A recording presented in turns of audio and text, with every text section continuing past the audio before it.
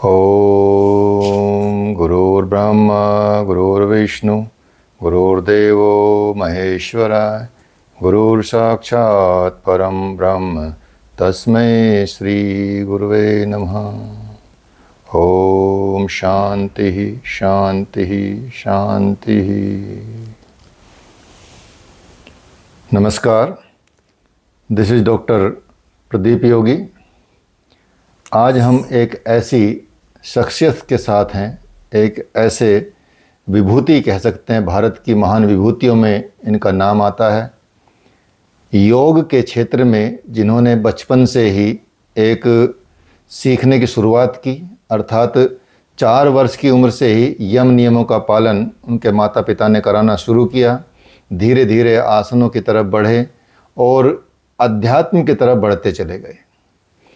भारतवर्ष में ही नहीं, पूरे विश्व में बहुत सारी संस्थाओं में, विश्वविद्यालयों में, कॉलेजों में उनके प्रोग्राम हुए, लेक्चर हुए और योग को उन्होंने एक जिसका जो वास्तविक स्वरूप है उसको प्रस्तुत करने की कोशिश की। पूरे विश्व में आप देखेंगे, भारत में ही बहुत सारी पुस्तकें आपको योग पे मिल जाएंगी, लेकिन कहीं कहीं कन्फ्यूजन भी होता है और कहीं कहीं क्लैरिटी भी होती है। लेकिन उन्होंने जो अपने अनुभव रहे हैं, उन अनुभवों के आधार पर और जिस अनुभव से अर्थात योग से जो उन्होंने अपना मुकाम हासिल किया है, चाहे वो व्यापार क्षेत्र हो, चाहे वो जीवन का क्षेत्र हो, चाहे वो परिवार का क्षेत्र हो, उस स्तर पे इन्होंने अपने आप को स्थापित किया है और उस लेवल पे लेके गए हैं। वो एकमात्र सिर्फ योग के बल पे ऐसा हो सकता है, या उसी के द्वारा योग से ही सब कुछ संभव हो सकता है। तो योग के क्षेत्र में इतना नाम कमाने के बाद जो उन्होंने अनुभव किए अपने जीवन में, रियल अनुभव जिनको बोलते हैं, चाहे वो यम का अनुभव हो, चाहे वो नियम का अनुभव हो, चाहे वो आसन के अनुभव हों, प्राणायाम के अनुभव हों, प्रत्याहार, धारणा, ध्यान, समाधि तक। आज वो समाधि में जहाँ हम लोग या आजकल के योगी लोग जहाँ 10-15 मिनट 20 मिनट भी नहीं बैठ पाते, वो 10-10 घंटे, 5-5 घंटे, 4-4 घंटे एक समाधि में बैठ पाते हैं और ध्यान में बैठ पाते हैं। तो सीखने को बहुत कुछ है। उनके अनुभव हम उन्हीं से लेंगे। डॉक्टर पुरुषोत्तम कंचन जी हैं, जो भारतवर्ष की एक महान विभूति हैं, लेकिन वर्तमान में दुबई में एक बहुत व्यापारिक घराने से ताल्लुक़ रखते हैं, व्यापार चलाते हैं और योग साधना को उन्होंने, आप देखते हैं, आज भी नहीं छोड़ा है।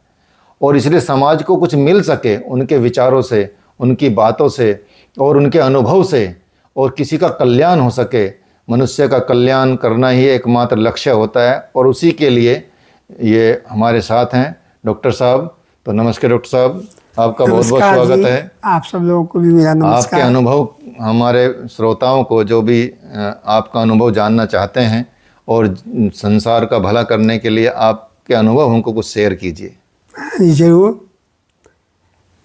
सबसे पहले तो मैं ये कहूँगा कि जो कुछ भी मैं आपको बताने जा रहा हूँ जी, वो मेरा पर्सनल अनुभव है। ओके। किताबों का उसमें कुछ भी नहीं है। ओके। इसलिए हो सकता है कि कुछ विचार किताबों से अलग हो सकते हैं। हाँ। उसमें हमने योग की परिभाषा भी बदल दी है। अच्छा। क्योंकि जो योग में परिभाषा बताई गई है वो सन्यासी लोगों के लिए है। हाँ, वो उनके अनुभव से है। और हमें ग्रस्त वालों को इसमें लाना है जी। तो मैंने शुरू से अपनी छोटी सी उम्र में, जब मैं स्कूल में था 2-3 क्लास में, पहले फिजिकल वो पीटी वगैरह कराते थे जी। तो वहाँ हमारे जो गुरु थे उन्होंने योगा स्टार्ट किया था। ओके। वो उसके लक्ष्मी बाई मंदिर झांसी के संस्थापक भी थे। अच्छा। तो उन्होंने पहले तो हमें रिजेक्ट कर दिया। फिर मैं एक दिन कुछ समय के बाद मैंने उनसे फिर रिक्वेस्ट की, तो उन्होंने फिर से मुझे चांस दिया और भगवान की कृपा समझ लीजिए या हमारा इंटरेस्ट समझ लीजिए, फिर मैं सबसे आगे आ गया। अरे वाह। और मैंने, आप समझिए कि छोटी सी उम्र में डिमॉन्स्ट्रेशन दिए कई जगह। जिम्नास्टिक प्रतियोगिता 63 में हुई थी, उसमें सबसे पहले हमारा डिमॉन्स्ट्रेशन हुआ था योग का।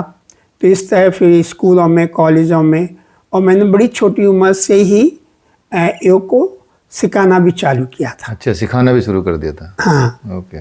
क्योंकि हमारे पास कोई वो था नहीं कि मैं क्या कहते, कोई अच्छी सर्विस वगैरह थी नहीं। हाँ, उस और वक्त मैं- तो जिस वक्त आप बता रहे हैं उस वक्त तो कोई सुविधाएं भी नहीं होंगी। सुविधा भी नहीं थी और मैं एक पुअर फैमिली से था। जी जी। मेरे फादर की डेथ हो गई थी। अच्छा। तो फिर मैं बॉम्बे आ गया ओके। और बॉम्बे में मैंने कॉलेज में एडमिशन लिया, लेकिन अनलकी समझो या फाइनेंशियल प्रॉब्लम को मैं स्कूल कॉलेज नहीं कर पाया पूरा। Okay okay.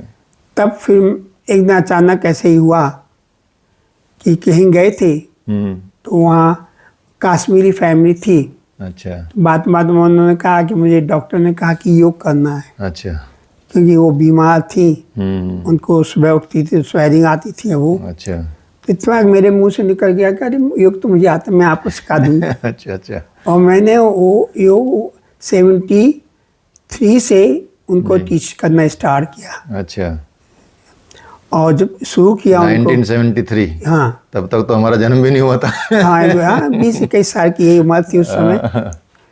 तो मैंने उन्हें किया और लकीली उनको दूसरे दिन से फ़ायदा हुआ। हाँ, फिर अगले हफ्ते में फिर एक और ट्यूशन मिल गई। जी जी। तो उस समय 50 रुपये लेते थे हम।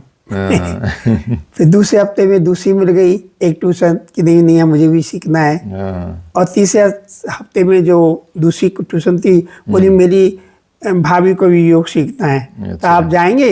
मलार थोड़ी दूर था। हाँ। हाँ चले जाएंगे, उसमें क्या है। हाँ। तो उन्होंने कहा वो तो तुम्हें 200 रुपया देंगे सीधा। अच्छा, उस वक्त तो 50 रुपए क्या 200 रुपए तो बहुत बड़ी चीज हो बहुत गई। 50 रुपये खाना हो जाता था पूरा। हाँ, नहीं खाना नहीं पूरा, मतलब मुझे हाँ। लग रहा महीने का खर्च हो जाता था। पूरा सही बात कह रहा आप। और मैंने इस तरह से फिर साथ चालू किया। तो इस तरह आगे बढ़ते गए, आगे बढ़ते गए। फिर लोगों ने कहा कि भाई अब आप योग सिखाते हैं तो आपको सर्टिफिकेट चाहिए, वो चाहिए। हाँ, तो मैं सबसे पहले गया राम तीर्थ योगाश्रम में, अच्छा। दादर में था। हम्म। तो उन गुरुजी ने हमें बेचारों ने उल्टा फ्री में सब दे दिया अच्छा, और वो बहुत अच्छा सिखाया। और ये भी योग की ताकत है हाँ कि वो आपको उन्होंने फ्री में दे दिया। फ्री में सब दिया है। हम तो उनके कृतज्ञ हैं, बहुत जी, बिल्कुल। आभारी हैं। जी, और उनका सबसे बड़ा कारण था कि उन्होंने हमारा इंटरेस्ट देखा। जी। तो उन्होंने मुझे एक एक करके हर चीज़ बताई और प्राणायाम भी बहुत बढ़िया सिखाया, क्रियाएं सिखाई सब। अच्छा। लेकिन उनमें गैप होता था, एक प्राणायाम 15 दिन प्रैक्टिस करो फिर दूसरा सिखाएंगे। हाँ, बहुत ऐसे हाँ, ऐसे मैंने ही चलता किया। है बिल्कुल। हाँ। और आज तो कुछ ऐसा है नहीं। तो फिर मैं कई उस समय स्वामी उनसे विष्णु देवानंद जी से मिले, जो फ्लाइंग स्वामी भी कहलाते थे, जिनका अच्छा, अच्छा। कनाडा में हेड ऑफिस है। सत्यानंद स्वामी जी से मिले, बिहार स्कूल ऑफ योगा। जी जी जी। मैं सब मैंने सांताक्रूज योगा इंस्टीट्यूट से भी मिले अच्छा। और योगानंद ऋषिकेश वालों से भी मिले। अच्छा। मैं सब लोगों से मिले और सब मोस्टली सब ने मुझे स्कॉलरशिप दी, अच्छा। क्योंकि मेरा इंटरेस्ट देख के Interest वो देख के, हाँ। सब। और उसी समय फिर कुछ समय के बाद धीरेन्द्र ब्रह्मचारी से भी मुलाकात हुई। अरे वाह, उन्होंने भी कहा कि वो तो इंदिरा गांधी के गुरु भी रहे हैं। हाँ इंदिरा गांधी के गुरु, बिल्कुल सही बात कर रहे हो, बहुत पॉपुलर। हाँ, बहुत बहुत अच्छा। जो आजकल सूक्ष्म व्यायाम होते हैं और स्थूल व्यायाम होते हैं, वो जो क्रिया है खड़े होकर करने वाली, वो उन्हीं की देन है। उन्हीं की उन्हीं देन देन है, बिल्कुल। तो जब उन्होंने हमारा इंटरव्यू लिया तो उन्होंने हमारा जो एल्बम देखा वो देखा, तो उन्होंने एक ही बात बोली कि आप क्यों इसके लिए आए हो। मैंने उनसे कहा कि मैं इसके लिए नहीं आया स्कूल में, मुझे टीच करना है यूनिवर्सिटी में। अच्छा। मैं स्कूलों में टीच करना नहीं चाहता। अच्छा अच्छा। इस तरह मैंने बहुत मेहनत करके और अपना रिजल्ट देखे, क्योंकि मेरा एक सिद्धांत था कि अगर आपको हमारे सिखाने से बीमारी में फ़ायदा नहीं होता तो मुझे वो पैसा नहीं चाहिए। नहीं चाहिए, बिल्कुल। तो ये मेरा एक सिद्धांत रहा सब जगह। तो मैंने बड़े से बड़े केस लिए, डॉक्टरों के भी वो लिए, बड़े से बड़े इंडस्ट्रियलिस्ट के लिए, हीरो हीरोइन, मैंने काफ़ी लोगों के बहुत पॉपुलर रहा। जी जी। और मैंने इस तरह योग को आगे बढ़ाते गए। और उसी योग में हम फिर दुबई आए अच्छा अच्छा। योगा टीच करने के लिए। तो फिर योगा यहाँ भी टीच किया 4 साल। 4 साल टीच किया स्कूल में। अच्छा। तो उनसे एक कंडीशन रखी थी कि भाई हम उसके बाद कहीं भी कुछ करेंगे तो आपको तकलीफ नहीं होना चाहिए, कोई रिस्ट्रिक्शन नहीं होना चाहिए। बिल्कुल। तो उन्होंने कहा ठीक है। तो फिर मैंने यहाँ पे योग में काफ़ी आर्टिकल्स लिखे अच्छा। और लोगों से मिले। लेकिन उस समय सब लोग कहते थे नहीं भैया कोई इंटरेस्ट नहीं लेता, ये नहीं करता वो नहीं करता, कोई कुछ मसाज करने लगा, कोई कहीं जॉब करने लगा। अच्छा। लेकिन मुझे अपने ऊपर कॉन्फिडेंस था, तो मैंने मोर देन 100 आर्टिकल्स लिखे। अच्छा। नवभारत, उसमें क्या कहते कर्फ्यू न्यूज़ में और इत्यादि खलिश टाइम में हाँ, और मैगजीन्स में। बिल्कुल। तो आर्टिकल्स लिखे, साथ साथ टीवी पे भी दिया प्रोग्राम, और बहुत बड़े बड़े डॉक्टरों को उनको टीच किया। और सबसे पहला योगा इंस्टीट्यूट खोला 1991 में। अच्छा। इन एंटायर गल्फ में।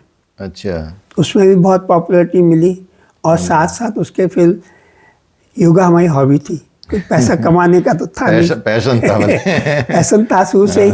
और मैं समझता हूँ ये गॉड गिफ्ट थी। हाँ बिल्कुल, गॉड गिफ्ट ही होता है। हाँ, पिछले जन्म के संस्कार थे, संस्कारों की वजह से कि योग में मैं आते हैं। इसी में आ गया। हाँ बिल्कुल। तो मैंने 91 में जब मुझे पैसे की जरूरत पड़ी, मेरे बच्चे हो गए, शादी हो गई थी, तो मैंने कहा नहीं अब थोड़ा बिजनेस करना चाहिए। तो योगा के रिलेशन की वजह से हाँ। मैंने बिजनेस चालू कर दिया। अच्छा। हाँ, 98 में हमने फिर योगा सेंटर बंद कर दिया, क्योंकि लोग कहते थे अरे आपको क्या जरूरत है, आपका बिजनेस अच्छा चल रहा है, पैसे की क्या। तो मैंने कहा भाई पैसे सब खर्च होते हैं योगा में भी, किराया है, ये है, मेंटेनेंस है सब। तो फिर मैंने कहा नहीं, एक चीज़ में कंसंट्रेट करेंगे, हाँ। क्योंकि आप दोनों एक साथ नहीं संभाल पाते। अगर योगा पर ध्यान दो तो नहीं, business व्यापारिक जाता है। स्तर पे तो नहीं संभाल पाते, लेकिन आप बिजनेस हाँ। करते करते आपने योग को छोड़ा नहीं। बिजनेस फिर हमने डिसाइड किया कि भाई बिजनेस चालू रखते हैं। हाँ। और योगा चूंकि हमारा फैशन है, तो बस ठीक है, सिखा दिया जितना सिखाना था 25 साल सब लोगों को। तो मैं 98 में मैंने योगा सेंटर बंद कर दिया अच्छा। और बिजनेस पर ध्यान दिया, और वो बहुत आगे अच्छी तरह से चला बिजनेस। और आज हमारी 2 फैक्ट्रियाँ हैं, इंटरनेशनल ब्रांड है। दुबई में। हाँ, बहुत फेमस ब्रांड है, जी जी। नटी नट्स उसका नाम है। अच्छा अच्छा। ब्रांड का एक दूसरी ब्रांड है ब्रूइंग, वो हमारी लड़की यहाँ देखती है दिल्ली में, और वहाँ बहू देखती है, तो काफ़ी नाम है। और मेरी सप्लाई जो है यूनाइटेड नेशन हुआ, इत्यादि एयरवेज, एमएस एयरलाइंस, कैटरिंग, और इस तरह बड़ी बड़ी जगह duty frees, Dubai duty free में नट्स का काफ़ी नाम है। ओके ओके, बहुत बढ़िया बहुत बढ़िया। लेकिन मैंने जो है योग छोड़ा नहीं। हाँ, जीवन में कभी छोड़ा नहीं है। हाँ, नहीं छोड़ा नहीं, मतलब ठीक है, समय नहीं मिलता था, बिजनेस में नहीं कर पाए, कंसंट्रेशन पूरी तरह से नहीं होता, तो कभी कभी करते थे। हाँ हाँ। फिर हुआ कि भाई बहुत योगा कर लिया, 96 में सोचा बहुत आसन प्राणायाम होगा, ध्यान देते हैं मेडिटेशन पे। अच्छा। 10 साल मेडिटेशन करेंगे। तो 10 साल बाद 2006 में देखा कि मैं 5 ही मिनट बैठ पाता था, दिमाग बड़ी तेजी से भागता था जब आंखें बंद कर। तो मैंने कहा चलो 5 मिनट तो सक्सेस हुए, क्योंकि डेली तो कर नहीं पाते थे, हफ्ते 15 दिन में जब टाइम मिलता था, महीने भर में जब योगा का टाइम मिलता था वो कर लेते थे। बिल्कुल। खासतौर से संडे के दिन, चाहे फ्राइडे उधर छुट्टी होती थी, फ्राइडे के दिन कर लेते थे। अच्छा अच्छा। इस तरह से फिर क्या हुआ कि मैं बिजनेस में टेंशन होती है, लोग भी जलसी बहुत होती है। सही बात है। और कोई भी बिजनेस का बिना पैसे के चालू करो तो प्रॉब्लम्स भी बहुत आती हैं। बिल्कुल। फिर जब आगे बढ़ो तो रिश्तेदार बहुत जलसी का पैदा करते हैं। मतलब काफी बहुत परेशानियां झेली, बाधाएं आती हैं, बिल्कुल बहुत बड़ी बड़ी बाधाएं आई। लेकिन चूंकि योग करते थे तो मुझे लगता ही नहीं था, मेरी मिसेज भी कहती थी और लोग भी कहते, कभी आपके मुंह पे टेंशन देखते ही नहीं। देखने को नहीं मिलता। आज भी वो कहते हैं, आज भी नहीं है, लेकिन वो टेंशन अंदर रहती थी। और फिर वो देखा कि 2016 में मुझे डायबिटीज हो गई। अच्छा। और वो भी हैवी हो गई, काफ़ी डैमेज हो गया। हाँ, डॉक्टर को दिखाया तो डॉक्टर बोला हार्ट भी डैमेज हो गया, लंग्स भी, मैंने हर चीज़ उसने कह दिया। और उसने खूब दवाइयाँ लिख के दे दी। अब उस समय हमारा योगा पूरी तरह से छूट गया था एक तरह से, आसन वगैरह। तो मैं सोचता था हमेशा कि क्या करें, मैं लोगों को इतना सिखाता था, सब वो कर लेता। अब वो आसन में एज भी मेरी हो गई थी 65। तो मैं अब इस एज में कैसे करूँगा, बॉडी भी स्टिफ हो गई। तो मैं डॉक्टर की दवाइयों पे चलता रहा। अच्छा। 2018 में मेरा एक्सीडेंट हो गया। ओहो। क्योंकि ध्यान, अब हमारा ध्यान पे बहुत ज़्यादा कंसंट्रेट था, आसन मासन नहीं करते थे, ध्यान में हम बैठने लगे थे और ध्यान में बहुत आगे निकलने लगे थे। तो कुंडलनी मेरी जागृत हुई। अच्छा। कुछ मेरे से जो नियम है उसमें थोड़ी बाधा आ गई, लापरवाही आ गई। तो सुबह 4 बजे जब मेरी कुंडलनी जागृत हुई, बहुत तेजी के साथ सक्रिय होके ऊपर चली आवाज के साथ, तो नाभि के ऊपर नहीं आई। अच्छा। उसने मूलाधार से स्वादिष्टान से नाभि तक आई और नाभि से फैल गई। अच्छा। और जो वो फैली तो एक गैस के रूप में पूरी फैल गई। अच्छा। हाँ, और वो जो पेन हुआ उसने जो एनर्जी ने मुझे 1 घंटे में 500 दफा उठा के पटक दिया। अच्छा। और मेरी हड्डियां चूर चूर हो गई। ओह। और मैं 4 बजे अकेला, मैंने ध्यान में बैठा था, तो बस रो रहा और प्रार्थना कर रहे भगवान जी से, हे प्रभु मुझे बचा लो, हे गुरुदेव मुझे बचा लो। तो अब वो मेरी मिस्टेक हो गई थी कि वो मुझे नहीं करना चाहिए था। अच्छा। मैं आगे बताऊंगा जब बात होगी। हाँ, जब इस पे अलग से विषय पे बात तो करेंगे, कुंडलनी पे तब बताएंगे। तो 5 बजे मेरा नौकर आया, तो सबसे पहले मैंने उसको कहा कि भाई मेरे को कम्बल ला के ढको, मुझे बहुत जोर से ठंड लग रही है। तो उसने ढका कम्बल, लेकिन मुझे कंटिन्यू जो एनर्जी है ऊपर उठा उठा के पटक रही थी बार बार। अच्छा। बहुत देर में मैं काफ़ी वो था। 6 बजे मेरी मिसेज आई ऊपर से नीचे, उन्होंने देखा तो उन्होंने इमीडिएटली हमारे गुरुदेव को फ़ोन किया। तो गुरुदेव ने बता दिया उन्हें कि कुछ करने की ज़रूरत नहीं है और ना उनके पास जाने की ज़रूरत नहीं है, उनको रहने दो, जैसा कर रहे वो अपने आप शांत हो जाएंगे। अच्छा। फिर 8 बजे उठा के हमने कहा भैया हमें आप बिस्तर पे लिटा दो। तो मुझे 4-5 लोगों ने बिस्तर पे उठा के लिटाया। और फिर उसके बाद तो मैं इतना पेन था कि ना तो मैं करवट ले सकूं और ना बाथरूम जा सकूं, कुछ भी नहीं कर सकूं। और फिर महाराज जी से जब बात हुई हमारे गुरुदेव से, तो उन्होंने कहा कि इसे कंटिन्यू रखना। तो हमने कहा कंटिन्यू कैसे रख सकते हैं, हम आंख बंद करते तो सीधा उसी स्टेज पर पहुंचते हैं। तो मैं सो नहीं पा रहा, आप तो कह रहे कंटिन्यू रखिए। बैठने की हिम्मत नहीं हो रही। अच्छा। तो इस तरह से 1 हफ्ता निकाला बहुत जोर से कि ठीक हो जाए, नहीं हुआ। फिर डॉक्टर को दिखाया, डॉक्टर ने इंजेक्शन दिया कि भाई मैं तो दर्द का इंजेक्शन दे देता हूँ अभी ताकि आपको आराम मिल जाए। बिल्कुल। फिर 2 दिन हो गए, फिर नहीं हुआ ठीक। तब फिर मैं गया डॉक्टर के पास, स्पेशलिस्ट को दिखाया, सारे एक्सरे वगैरह लिए। तब उन्होंने कहा दिया कि भैया मैं कुछ कर नहीं सकता हूँ, सिर्फ आपके लिए पेन किलर है और आप वो खाइएगा और जिंदगी भर बिस्तर पर लेटे रहिएगा। अच्छा। तब मुझे बहुत दुख हुआ, बहुत ही दुख हुआ। बहुत ही जो इतना योग में करना चाहते हैं और उनको ऐसा हो गया। तो जब मैं वहाँ से वापस आया तो पड़ा के लिए रोता रहता था, किसी के सामने तो वो नहीं होता था, क्योंकि फैमिली थोड़ा वो थी, नाराज हो गई थी इस बात पे कि इतना करते हो। लेकिन इस तरह से मेरा 40 दिन निकल गया। 40 दिन के बाद मैं 1 इंची कमर उठा सका। अच्छा। बस वहाँ से मुझे कॉन्फिडेंस वापस आया। फिर मैंने योगा करना चालू किया तो उसको भी कंट्रोल में लाए, डायबिटीज को, और आज आपके सामने खड़ा हूँ, बैठा हूँ आराम से। और आप विश्वास करेंगे कि हर 6 महीने साल में मुझे एक डॉक्टर के पास जाना पड़ता है। कभी कोई जैसे योगा नहीं किया, बिजी रहे, टैबलिंग में रहे, दर्द हो जाए, कुछ हो जाए तो जाते हैं चेकिंग कराने। तो डॉक्टर भी कहता है कि आप खड़े कैसे हो, आप पैदल कैसे चल के आ रहे हैं। तो वही ताजुब करते हैं, हम आपको कुछ बोल ही नहीं पाते हैं। आप देख लो आपका पूरा डैमेज है, सर्वाइकल प्रॉब्लम पूरे बोन्स में, मेरिनेट में। फिजियोथेरेपी कराई 1 दफ़ा, उन्होंने कहा बहुत ज़्यादा दर्द था। तो जब फिजियोथेरेपी के पास गए तो उसने बताया, तो हमने कहा इससे अच्छा तो हम आपको बता दें ट्रीटमेंट। सही बात तो वो तो हम तो पहले दिन देख रहे कि तो आप चल के कैसे आ रहे हैं, मैं तो चल ही नहीं पाएगा इस स्टेज पे आदमी। तो मैंने कहा भैया मैं योग करता हूँ इसलिए मैं चला हूँ, आज आपके सामने बैठा हूँ। और उसी कॉन्फिडेंस के लिए जो हम पहले चैलेंज करते थे डॉक्टरों को कि हम आपका केस ठीक कर देंगे, और मैंने किए हैं। बिल्कुल। बहुत बड़े आदमी डेड बॉडी से भी वापस आया है, उसको भी हमने टीच किया। नहीं, ये आपने योग की शक्ति बता दी है, और इतनी शक्ति योग में ही हो सकती है। और जो आपने अनुभव किए हैं और जिस तरह से आपने रिवाइव किया है पूरा, और आज पूर्णतः कोई आपको कह नहीं सकता कि आप अस्वस्थ थे या कुछ ऐसा कभी जीवन में हुआ है। तो ये कैसे आया, इसके लिए आप बताना चाहते हैं कि योग को अब आप परिभाषित करना चाहते हैं। तो इसको हम अगले वीडियो में इसका जिक्र करेंगे, पूछा जाएगा कि आपने आपका अनुभव से अब ये ज्ञात हो गया कि अब हम योग में आने का क्या लाभ होता है, और योग को अपनाने से आप टेंशन फ्री भी हो जाते हैं और अपने जीवन को भी रिवाइव कर सकते हैं, चाहे किसी भी स्तर पर पहुंच जाएं।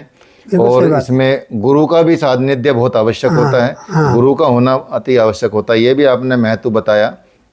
तो हमारे जो दर्शक हैं, जो देख रहे हैं और योग के असली अनुभव को जानना चाहते हैं, पहले योग को समझना जरूरी है, उसके अर्थ को समझना जरूरी है, उसकी परिभाषा को समझना जरूरी है, जो डॉक्टर साहब वो अपने शब्दों में और अपने अनुभव के आधार पर वो एक्सप्लेन करेंगे। तो तब तक के लिए बहुत बहुत धन्यवाद, और आप इसको देखते रहिए। हर श्रृंखला में नई नई बातें, नए नए अनुभव डॉक्टर साहब के आपको सुनने को मिलेंगे। और इसको आप शेयर कीजिए वीडियो को, लोगों को यदि सही में योग आप देना चाहते हैं और संसार में एक ऐसी समाज को देना चाहते हैं, मतलब रखना चाहते हैं जो अच्छे और सात्विक तरीके से जीवन जीना चाहते हैं, उसके लिए बड़ा हेल्पफुल होगा। क्यों डॉक्टर साहब? बिल्कुल सही बात है। और आपका कोई भी क्वेश्चन हो योगा से संबंधित, चाहे वो कुंडलनी का हो, चाहे वो ध्यान का हो, चाहे वो समाधि का हो, बिल्कुल हम हर एक चीज़ की बारीकी से आपको एक्सप्लेन करेंगे। चाहे वो एस्ट्रल ट्रैवल हो, चाहे प्रिसीजन में आपको जाना हो, अपनी नॉलेज हासिल करना कि प्रिसीजन में हम क्या थे, या कोई बीमारी हो उसका क्या ट्रीटमेंट होगा, मैं आपको प्रैक्टिकल सब बताऊंगा। मैं किताबों का नहीं बोल सकता हूँ, क्योंकि मैंने किताबें पढ़ी भी नहीं है। क्योंकि मैंने जो कुछ भी किया है, जो कुछ भी प्रैक्टिकल में हमने तो वो तो हम देख ही रहे हैं कि हमारी उम्र से ज़्यादा आपका अनुभव है। और वो अनुभव यदि कोई मिल जाए तो मतलब कितना समय बचेगा किसी व्यक्ति की साधना में, तो वो हम प्रत्यक्ष देख सकते हैं। आज में 50 साल से ज़्यादा तो हो गया, वही मैं कह रहा हूँ, हमारी उम्र से ज़्यादा टीचिंग करने में, प्रैक्टिस के लिए। आज भी लोग मुझे, जो मैंने इंडिया में टीच किया था लोगों को, बड़े बड़े लोगों को बीमारी या उसके, आज भी वो मुझे याद करते हैं। दुबई में भी याद करते, बड़े बड़े डॉक्टर, अमेरिकन डॉक्टर हैं, ऑस्ट्रेलियन डॉक्टर हैं, कैरोपैट्रा वाले हैं, वो सब मेरे पास आते हैं। चाहे बड़े बड़े मैं नाम तो नहीं लूँगा, बड़े बड़े जो सन्यासी लोग हैं, उनको लोग भी उन्होंने हमें आके कांटेक्ट किया है कि मुझे ये प्रॉब्लम कैसे दूर करें। बिल्कुल बिल्कुल। चलिए, तो मैं सबसे रिक्वेस्ट करूंगा कि कोई भी आपका क्वेश्चन है आप पूछ सकते हैं, और हर बार नई नई चीज आपको बताएंगे जो बुक में नहीं होगी। तो अगले एपिसोड में हम इसका योग का अर्थ जानने की कोशिश करेंगे। चलिए, बहुत बहुत धन्यवाद आपका। आपको भी, सब लोगों को भी मेरा नमस्कार।